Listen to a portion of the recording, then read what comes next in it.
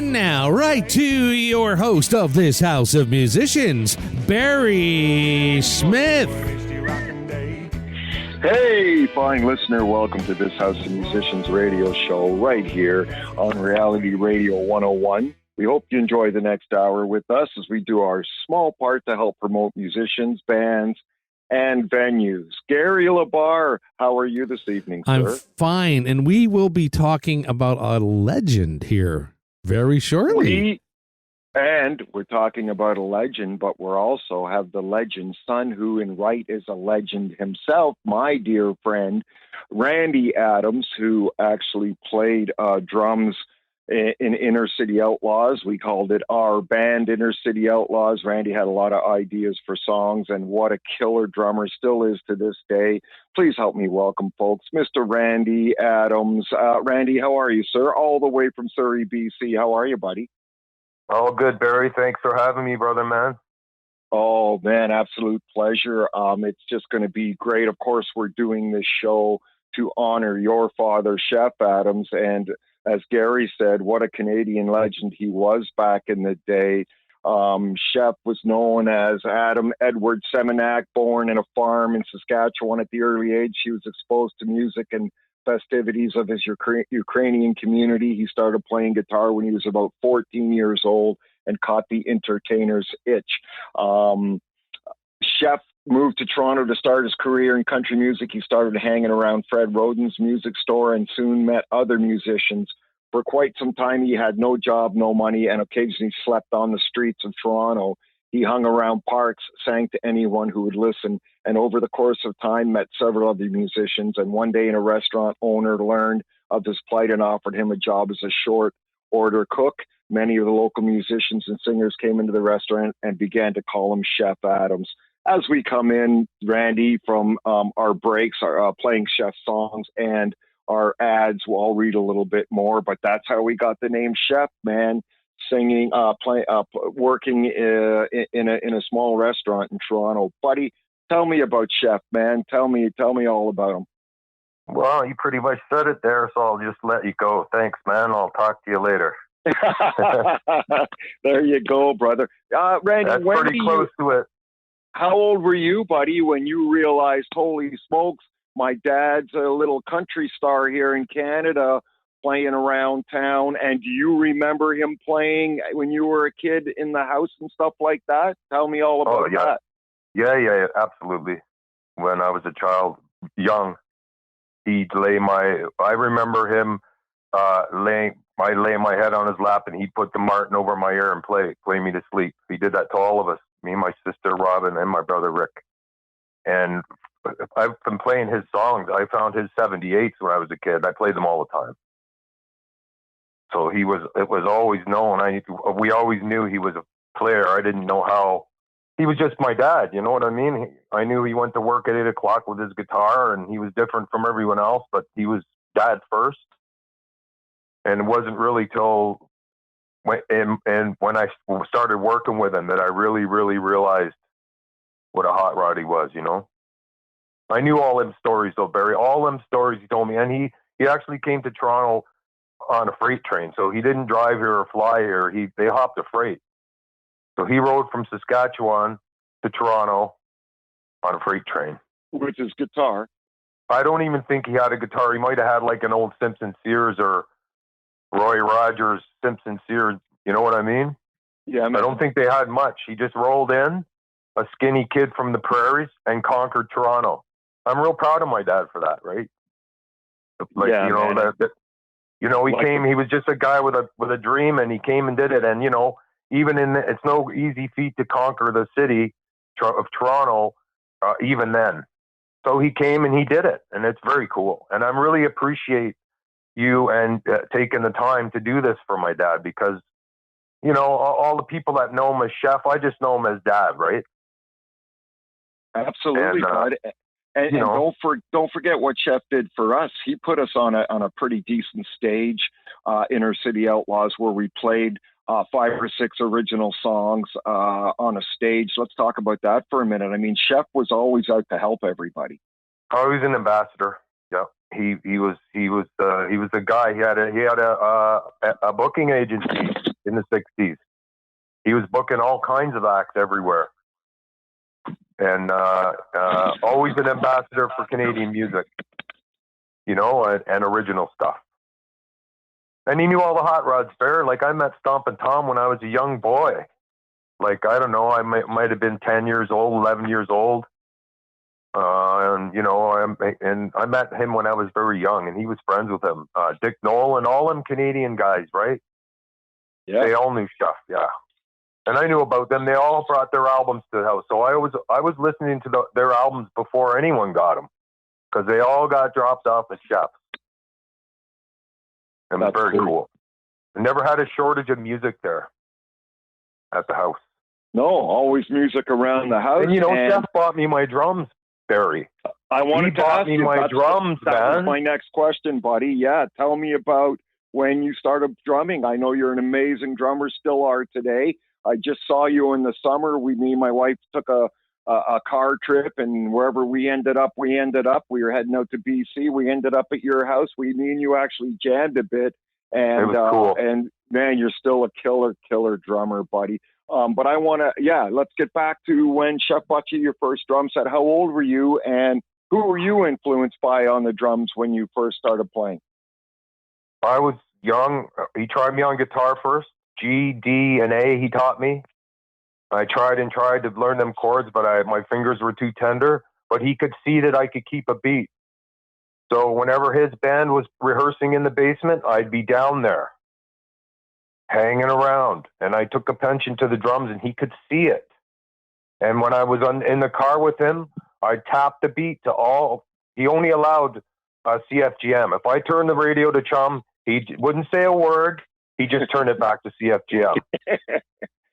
And he could see that I could tap it out, Barry. He knew I could play, so he bought me drums. And that was it. And I was about, I guess I was 10 or 11, 10. Actually, what happened was they were rehearsing drummers in the basement, and the drummer that came one night brought his kit, rehearsed, and he left his kit there for about, it seemed to me like for 10 years, but it was probably only for a year. And I used to run home from school, I'd think all day long in school of drum beats. And I'd run home and play them. And then one night I came home from school and they were gone, and I was devastated, man. And it was that Christmas, they got me a kit. A little Stewart kit from Kahlua Music, Barry. Cool. Right? Cool. One cymbal. And it was the best present I ever got. And I played them for years, that little set. You know, it was, he could see I had it in me. And then I got a chance to work with him. He not only bought me my drums, he hired me. That's amazing. He hired me to play, you know, so, you know, I owe it all to him wherever I got in music. And so sure. now you're playing on stage with your dad, doing gigs with him, playing his songs, of course, and country songs. Do you remember the first gig you did and how you felt playing with your dad on stage? First gig I did with my dad was at the Gerard. Wow. Gerard Tavern. No, not the Gerard, the Maple Leaf on Gerard. Gerard and the Maple Leaf Hotel at Gerard and across the street from Gerard Mall. I don't know what the crossroad is. And I had a big, huge chrome set of rock set of Ludwigs. 24-inch kick, big giant cymbals everywhere. But Chef tamed me. He calmed me down. He never wanted to hear anything, just the beat. Right. He just wanted the beat. And I said, okay. For country music, right? That's typical for country music. Hey, you're paying me, dude. Whatever you want, I'm down. Yep. But I never got lost in the songs, Barry. We never rehearsed. I think we rehearsed once. But I grew up with country. I was always listening to it. And I think we rehearsed The Gambler and a halftime Waylon song. Awesome. And that was it. And then I was on stage. So I learned as I went, but I could always follow my dad's arm. I'd always follow his strumming arm because I was behind him and I could see his arm moving. So I just put my backbeat on his downbeat and I was good. That's cool. It was amazing playing with him. It was amazing. I bet when I think about it now, because I got to play with some good players too, you know. the Carol Barnes and the Albert McDonalds, and you know what I mean. There was some hot players that he kept working. A lot of people. He kept a lot of players in Toronto in the 70s and 80s working every week. Chef had a gig every week. It was cool. It's cool, Barry. You knew him. You know him too, right? We had a gig with you every week too, but you know what I mean. Yeah, and he wasn't just a musician, like you say. He got other people gigs as well. He was, highly influenced in the music scene, and everybody knew him. And he was like a promoter to get other people music as gigs and venues as well. All the time, he could see it. He was into it. He seen something in you, right? Well, I know that he loved Till Dawn's Early Light. I think that's what he told me. That was his favorite song. No, sorry, not Till Dawn's Early Light. It was. I Think She Knows. I Think She Knows. He told me personally that was his favorite song off of our album, mine and your album, Randy, and that always stuck close with me. Yeah, it's so cool, eh? Yeah, even at Wixon, Barry, I can remember him in the room writing songs and playing his guitar. Like all through my life, he was always had his tape reel to reel going, and he was always writing songs. I got all his songs now. It's amazing. I showed you them when you were here. It's really amazing. I'm really, really proud of the guy. I know you are. We all are, Bud. Absolutely. I've known one as much as you. Now tell me about, you got a couple of his guitars there. Let's talk about those guitars, Bud, because they're pretty cool. Yeah, I got the 53 Martin D28 Beauty. And I got the 52 or 53 Gibson J45, which he bought at the Silver Dollar. The guy wanted $35 for it. Chef only had 28. The deal was struck. $28. Can you imagine what those guitars are worth now, Bud? Well, they're worth a lot of money. Yeah. So, I mean, but I'll never sell them. They're worth more to me as they are, Of course, you'd never sell them. Yeah. My point is, back then, this would have been in the 60s when he bought these guitars, and for $28, $35, $50, geez, you can't get a good Martin now unless you pay $2,500 or $3,000, and that's not a 50s one. That's 70s, 80s Martin. They go for 34, 3 or 4 or 5 grand, right? I think he bought that at Fred Rodden's music store, his Martin, for $300. Isn't that something? And back then, that brand was big new money. That was 53. Yeah, that was big money, but he had to have the Martin. And that's very cool. And it's a beautiful guitar. You've played it. It needs just tiny things to bring it back up, but I like it the way it is, And you've seen the Yamaha too, and that guitar is played into that shape. Barry, you should see the Gibson. You've seen how it looks like Willie Nelson's guitar. That got played every night. Yep. So Chef played that a lot, right? The Gibson he played till he couldn't play it anymore. He just couldn't play it. It wouldn't hold tune. He wore it out. You should see the Gibson. It's amazing. It's a museum piece. And then and I think someone knocked the Martin over one night in the bar and damaged it. So he stopped taking the Martin out. He bought the Yamaha. Right. To tug around in the bars. When he was recording, he took the Martin and the Gibson, Any recordings you hear with him, it's one or the other. It's the Martin or the Gibson. Well, that's all it would take is to knock a nice guitar over, and you don't want to take it out no more, right? Yeah, and it was starting to change in the bars in the 70s. People were more rowdy and less polite. Like in the 50s and 60s, people came to hear the band and to dance. They weren't there to fight, and I'm sure there were fights, but the 70s it started to get rowdy, especially that Silver Dollar. Like he used to book year-long gigs there, a year, every night for a year. Wow. Like Vegas to him, the Silver Dollar, the Waverly, right? I remember going there when I was a kid, helping him set up. I used to go when I was a kid and help him drag his gear in. And after I dragged the gear in with him, I could go behind the bar and get a pop, and then I'd scour the room, and I used to find all kinds of money because they hadn't cleaned up yet, eh? That's so And the waiters funny. all dropping their change, and I'd scour that whole bar. I'd walk out of there sometimes with $3, $4. Yeah, and man. for a 10-year-old or 11-year-old, that was like, that got me through, How cool is that? Just thinking. And the smell of the bar, you know, the smell of the bar. I always remember that, the smoke and the booze and whatever else, you know.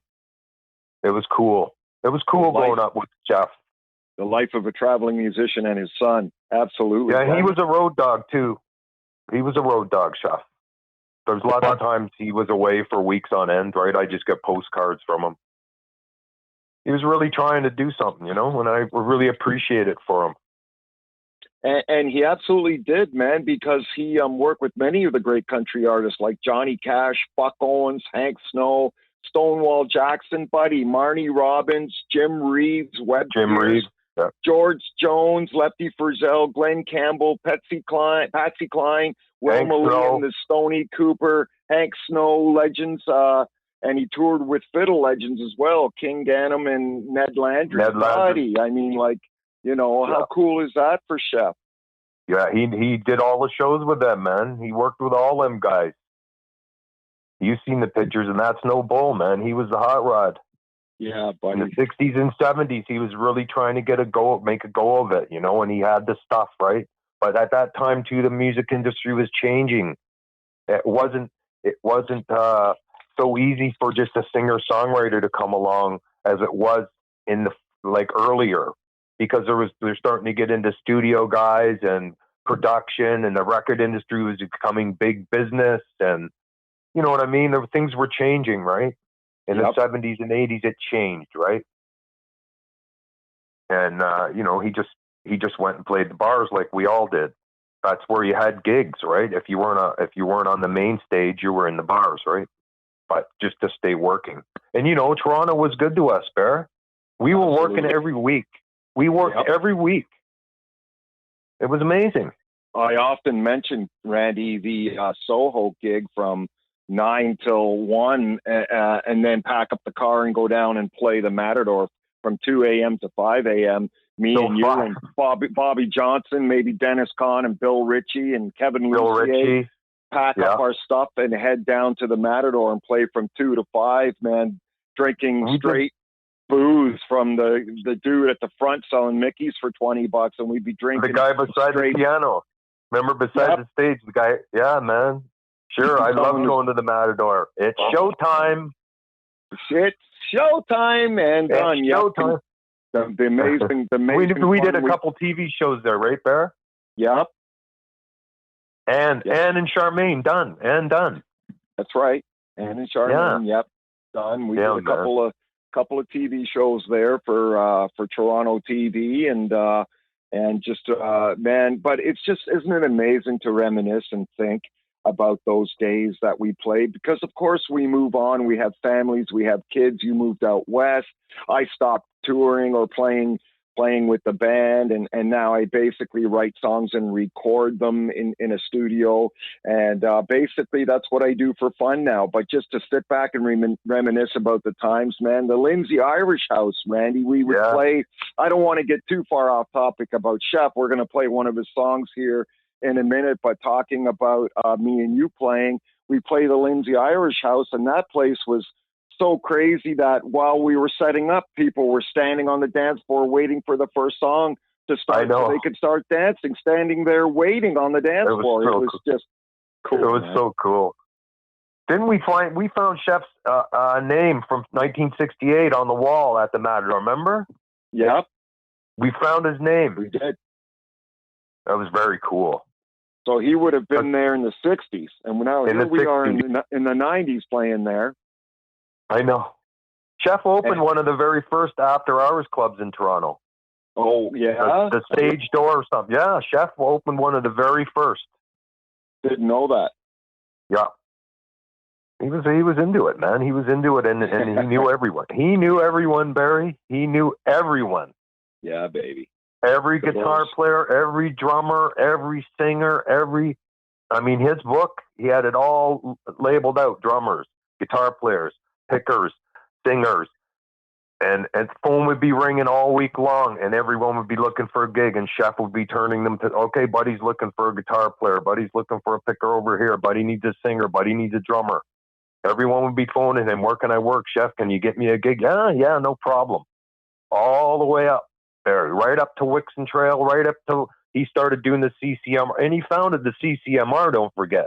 He was one of the founding members. Canadian Classic Country Music Reunion. And, you know, I met some really hot rod players there. Steve Petico and his band, South Wind or South Mountain, and who else did I meet there? I can't think, but they had some pretty good. Well, we played there too, right? That was Chef's thing, man. That was cool. That was Chef's thing, right? And then after he retired there, he went and formed his own thing called Maple Leaf Country Jamboree. He had the Opera House in Lindsay for years. Packed houses, Barry. Yes, man. Good old Chef. It's so cool. Yeah, Chef. You know, everyone knew him.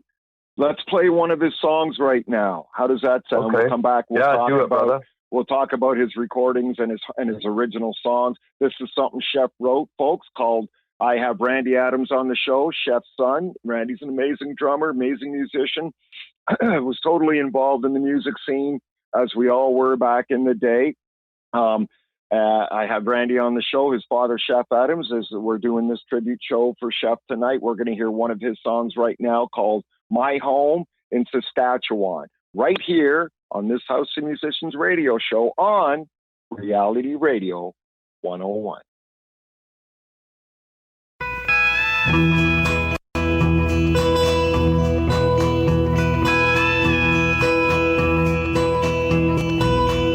Now I'm going back to my home in Saskatchewan,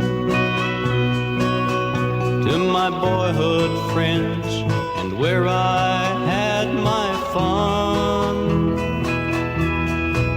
See the wheat fields and that old swimming hole, to the hockey rink and the girl I loved in school. I left my home in Saskatchewan after Daddy passed on. Mama cried and she tried to correct my wrongs. Got in trouble at 16, broke my mama's heart, said goodbye to everyone, gonna make a brand new start. I tried my luck as a lumberjack in British Columbia. Couldn't make the grades, so went to Alberta. Stayed the winter in Manitoba, I was nearly broke and almost froze. Came spring, I found my way to the East Coast.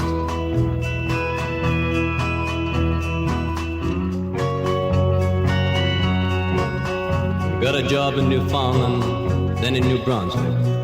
Worked in PI, Cape Breton, Nova Scotia, then across to Quebec. Sang my way to Ontario, but you know I was always alone. Now I've learned my lesson well, and I'm on my way home. Now I'm going back to my home in Saskatchewan, to my boyhood friends and where I had my fun. See the wheat fields and that old swimming hole, to the hockey rink and the girl I loved in school, to Saskatchewan and the girl I loved in school.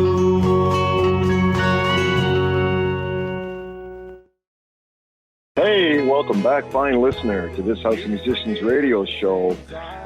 We're honored to have Randy Adams, the son of legendary Canadian country star Chef Adams, on the show this evening. We just heard Chef's original song, My Home in Saskatchewan. Man, just that country, beautiful country vibe from back in the day, Randy. You could feel that, and his voice, I mean, just amazing, buddy. Amazing to listen to this country music that we were all raised on, but just how beautiful it is. It's cool. Hey, Barry, did you catch that key change? I forgot all about that key change. I'm like, whoa, that's very cool. I had all but forgotten about that key change, man. Yeah, it is. And it doesn't get any more Canadian than that. He said hockey 3 times, and he mentioned every province in Canada. So there you go. Absolutely. How old do you think you were when he recorded that? My hometown in That would have been in the 70s. I would probably have been 11 or 12. Awesome, man. Yeah, I can remember that song. I remember that album. I think that's on Singer-Songwriter. Off that album. Off the album Singer-Songwriter. Yeah. Well, when I did song. There's a lot of truth in that song. Like, he did try lumberjack, and he cut his toes off with an axe. He nearly died. He had to walk a couple kilometers from where the accident happened to camp. He nearly bled out. Jeez, buddy, didn't even know that. Yeah, he's got his 3 toes on his right foot are held on with wires. Holy mackerel! He nearly died. So that was the end of his lumberjack career. Yeah. Yeah. It's a good excuse to start playing when he writing was a music. kid. I think he was 16. And the trouble he got in that song was he ran away from home when he was 16. He got to Winnipeg. And his mom sent the RCs out. They caught him in Winnipeg and dragged his ass home.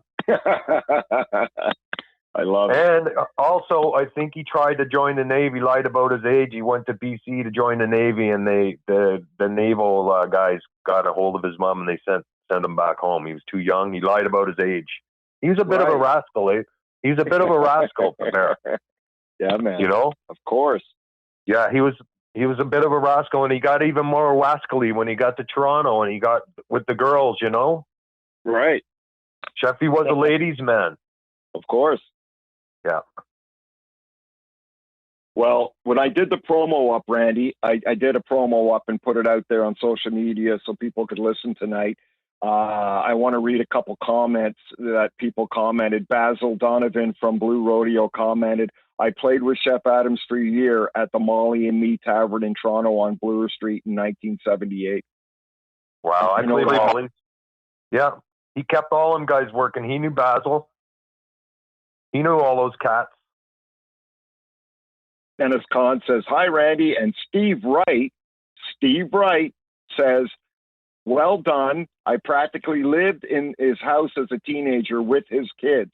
I actually lived half a block over with my parents, but everyone went to that house, and we're talking about Sheffy's house. That's Steve Wright. For sure. Wixom Trail. It was Scarborough Central. We always had a full band in we had a pool table in the basement and a full band set up, Barry. PA, amps. So everyone was there all the time. It was cool. I bet it was cool, buddy. Let me. We were even rehearsed there, Barry. We rehearsed at me, you, and Ben Haynes. God rest his soul. We rehearsed when we were doing that album at in the bedroom upstairs at Wixon.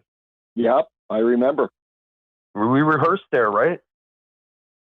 And we did the album with Ralphie McDonald at Zoo Studios. At Zoo, yeah. That was great. What a great experience with Dennis Kahn and Bill Ritchie. God bless his soul.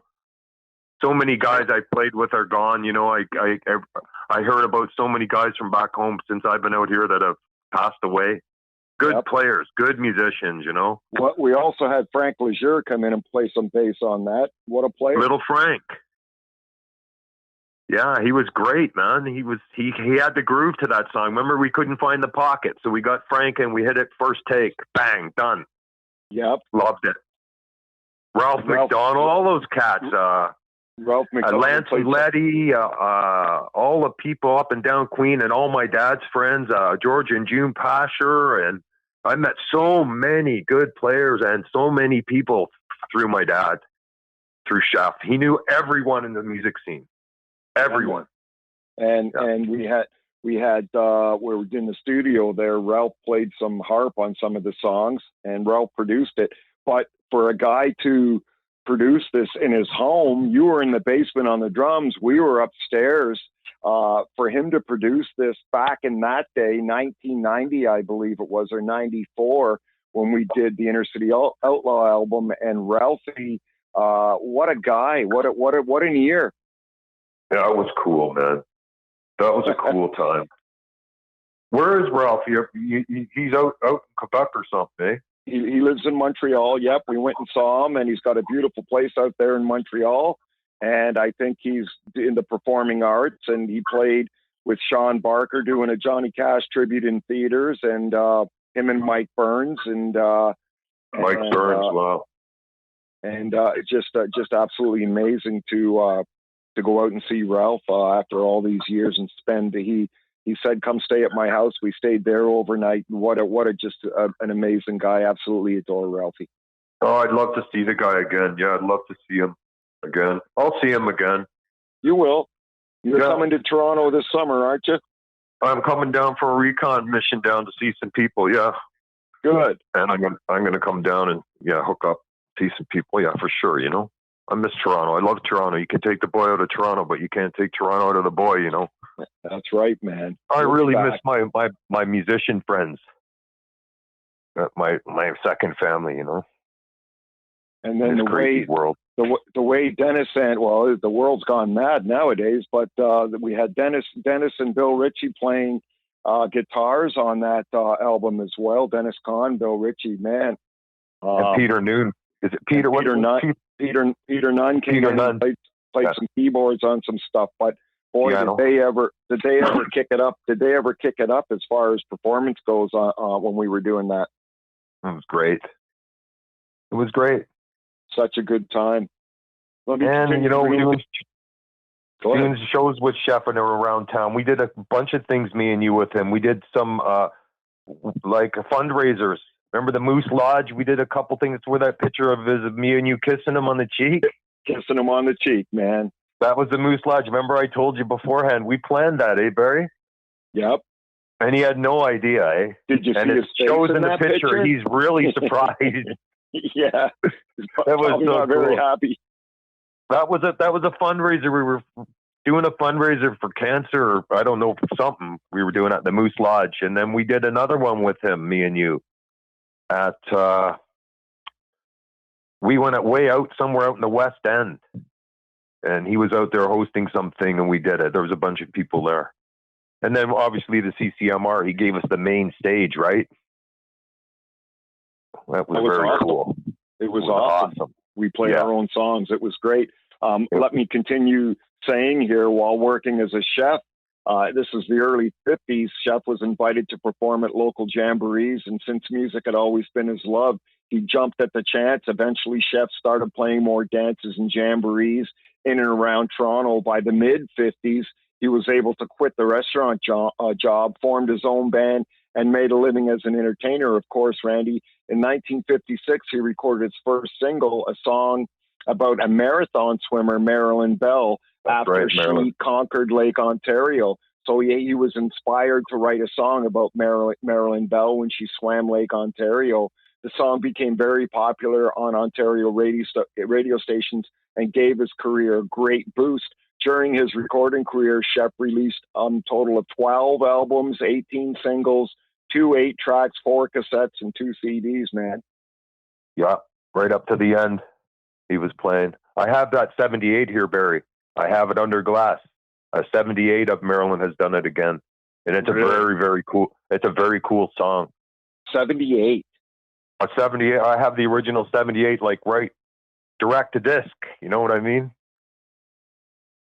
That's why I like that his first album too, because they were all around one mic. So when the fiddle player came up to do a solo, everyone else backed off. He went into the mic, did his solo, then he backed off. You know what I mean? Sure. Yeah. It was very cool, and the harmonies and just the way they recorded then, and yeah, it's cool. Well, it was cool. There's always a big spot of my heart for that old country stuff. I grew up with friends and tried to turn them on to the old country stuff. And because my dad introduced me to it and I was born into it and raised to a teenager listening to Buck Owens and Charlie Pride and Waylon Jennings and Willie Nelson and Patsy Cline and Loretta Lynn. I mean, I could just go and stand here all night. about I was raised, born into that too, and it's all I knew till I was a teenager, till Led Zeppelin came along. But I remember being a kid playing, I think my first song I learned, one of the first songs was Folsom Prism. Yeah, yeah. You know what? Right? On That's the guitar. funny, but you know, no matter how many times you played that, you still got to like that song. I used to love playing that. We had a good version of that. We had a lot of fun with that song.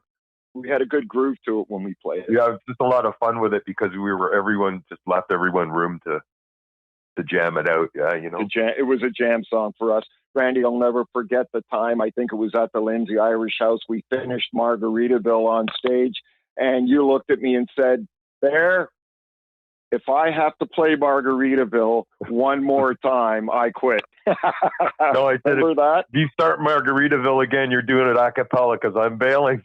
I'm bailing. Well, you know, that's the thing with cover tunes, right? Like, well, half jokingly. It was half jokingly because because no one could play it right? You know what I mean? Right, and not just that, but I mean, I can't imagine even, okay, cover tunes are one thing, but I can't imagine a guy like, could be a bad example, but Billy Ray Cyrus with Achy Breaky Heart, one hit wonder, let's say, and, you know, for the next 40 years, he's got to play it every performance because that's what people come to hear. That's got to be rough. Yeah. If that's the only thing, if you're a one-hit wonder, that's why they're not around long, I guess. But you know, it separates the men from the boys, the guys who keep got a lot of juice in the tank and they just keep pumping songs out, right? And that's what separates. Absolutely, it's one thing to play cover songs; you can always learn new ones. But when you have a hit out there, that's something that you got to get on stage with and play for the rest of your life. I'm not saying it's a bad thing. It'd be great to have a hit and be playing for, 30,000 people every night. That'd be wonderful, but you got to think about what they're thinking about when they're out there playing Achy Breaky Heart every single show. Well, after you got your whole life to write a hit song, then you got a year to write the next one. Right, or else you're canned. Or you're out, right? So yeah, it's a fickle business. When Chef was coming up, it wasn't as fickle. Lots of the country stars were still, you could still go backstage and meet them and shake hands with them and talk to them and get their autographs and hang out. People weren't scared and paranoid and ego starstruck. You know what I mean? It was a different time. It was just a different time, and he fit in with the time because you could still come from out in the middle of the prairies and conquer Toronto. You know what I mean? It was a little simpler back then. Way simpler, yeah. People dug the music. People dug the music, and people would go out. They'd be excited to work all week and go out on a Friday to see Chef Adams play. Yeah. It was that kind of a time where it's that died years ago. That kind of thing. Yeah. Now there's stadium concerts and whatnot. Great, and my wife and I love to go to them. Tammany and I love to go to them, Rand, and check out live shows a lot. But the feel on the street with music and in the bars and stuff, that feel that we used to have back in the day, going back 30, 40 years ago, that's gone. It's really amazing when you see guys like even when I would watch my dad on stage live. It's really amazing to watch how he commands an audience, and that's something that you just learn from doing it. He has complete command of his audience. Everyone has their audience, but when he played live, people listened because that crowd of people come from that time when it was polite. Like, for instance, even Stompin' Tom at the Horseshoe, there was no fighting, and everyone was there sitting down. Listen to the Stompin' Tom play his music. They clap when he was done. It was a different time. People were more polite and they were into the songs. It wasn't flash pods and naked chicks and all that stuff, and wasn't all flashy. It was just guys on stage playing. Randy, I kind of miss the naked chicks. Yeah, well, that always helps too, but you know what I mean. No, I know exactly what you're saying, and of course, I'm just kidding. But the times are different, bud. Like you say, It was a lot more simple back then. People came to see the artist perform. Man, yeah. When did you meet Chef Barry? How did you first meet him? How did I first meet Chef? I think you took me to his house. No, because I met you in the studio recording The Country Kid through Chef. Chef was doing those sessions. That's when I first met Chef. Well, how did you meet him? Dennis Brunette studio. That's right. I did all the sessions there with my dad. I did Ray Bork and Yorsh album. I did a bunch of albums there. I was a session guy there. I was playing the drums for everyone there, about maybe 5, 6 different artists, and you were one of them. I remember coming in and seeing you there and go, this guy, look at this guy, long hair, drummer, right on. And that's when we connected and you started playing live with us.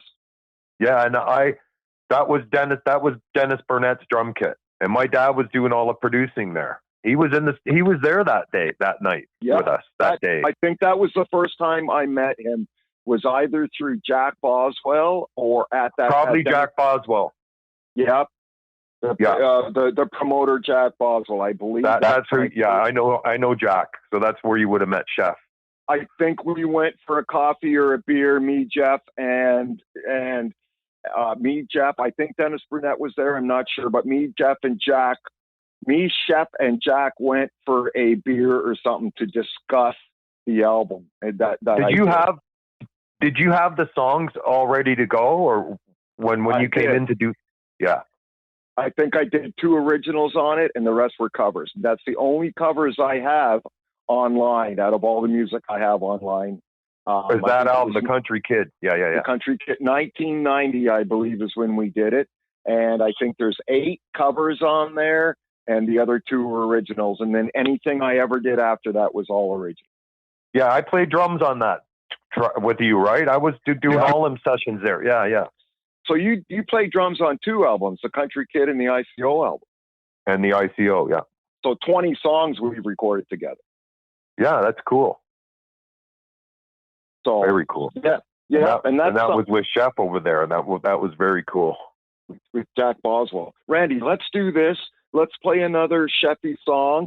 And I just love to listen to him sing, and it just brings back so many memories. Listen, when I was younger, and I was playing acoustic guitar, young teenager, maybe even before that, adolescent, young teenager, my dad would come home from the bar and get me to pick up my acoustic and play old country songs. Cool. All the time when he went to the bar, he'd come back half cut and, Barry, get your guitar. And I'd sit out in the living room and play country songs with him. And this is just, shows like tonight just bring back those memories of back in the day, because as I say, we were both into country until we got into our teens, and when, Black Sabbath and Zeppelin, we started getting, connected with that stuff. And then, but country's never left my heart. I still put on a Charlie Pride album and my heart melts. I mean, don't get me wrong. It's always there, but I like all kinds of music. I think that reflects. It's hard. I think it reflects in the music that we've recorded, that we like all kinds. For sure. But definitely country has a big place in my heart, at least the old country, not so much the new stuff. But let's play, because I want to hear this too. Folks, I have Randy Adams on the show, legendary Chef Adams, country Canadian legend Chef Adams' son, Randy, on the show. We're doing a memorial, or the show's dedicated to Chef. And we're going to listen to one of his songs right now called Going Out Tonight. That's an early one there. What year would this one be from, Rand? That would have been in the 50s. Cool. I think 1953 this would have been recorded.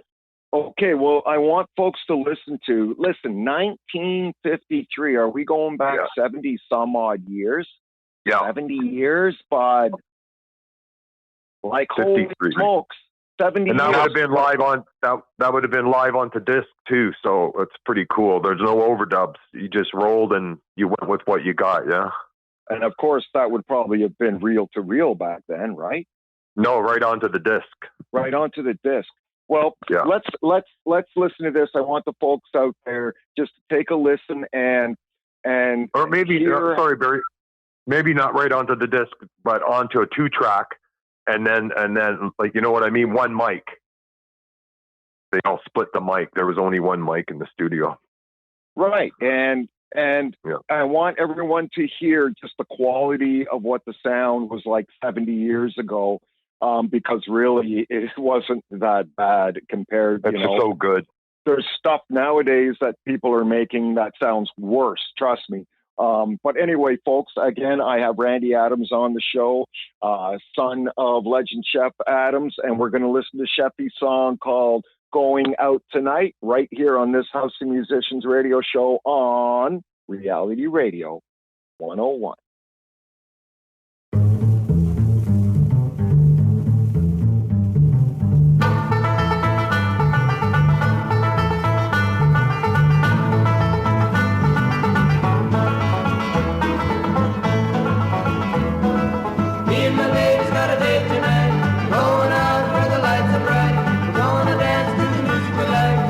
My baby's going out tonight, tonight. We'll get a beat from a swinging guitar, get our kicks from an old fruit jar, take a wild trip in a hot tub car. Me and my baby's going out tonight, tonight. Hear what I say, we're on our way. Step aside, tonight's our night. She's the one, we'll have fun, taking in the sights tonight.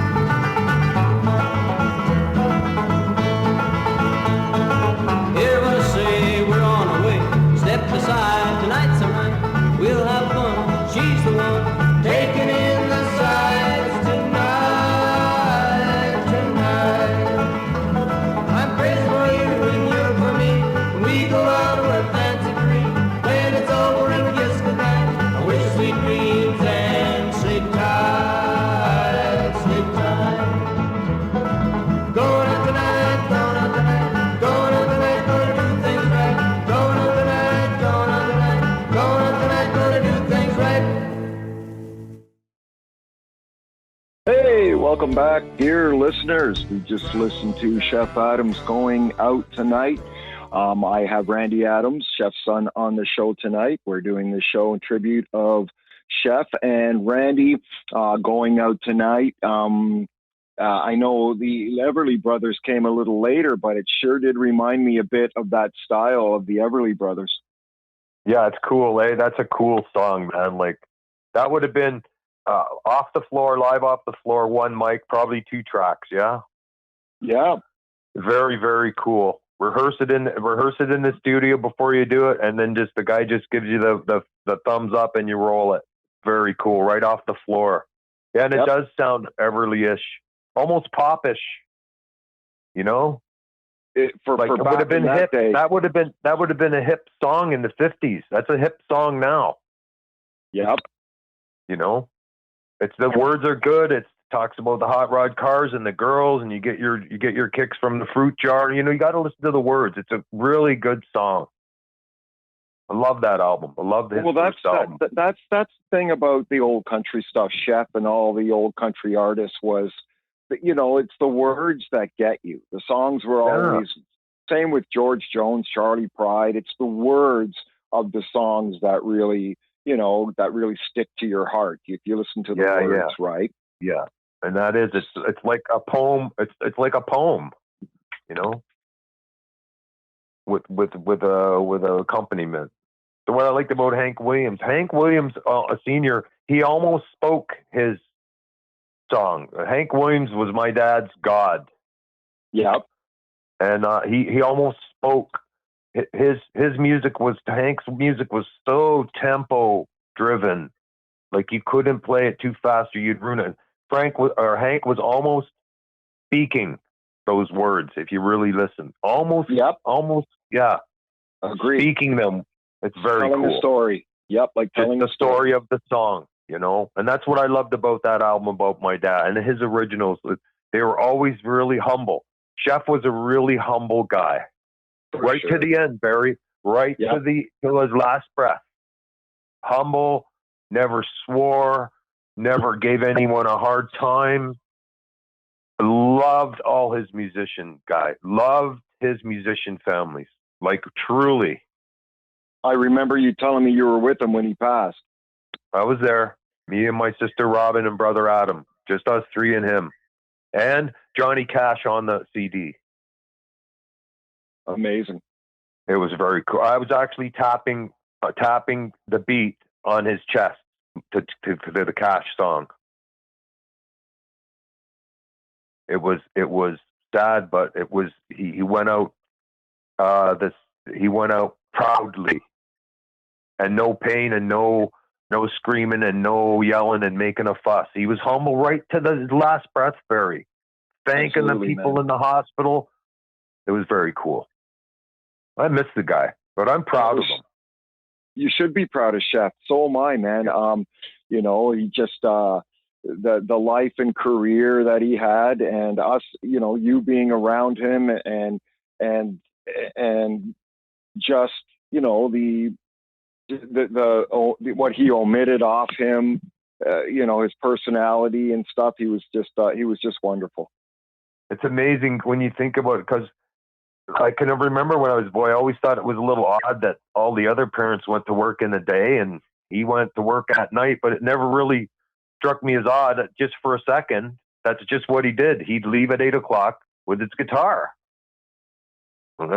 He's going to work. Okay, see you later. You know what I mean?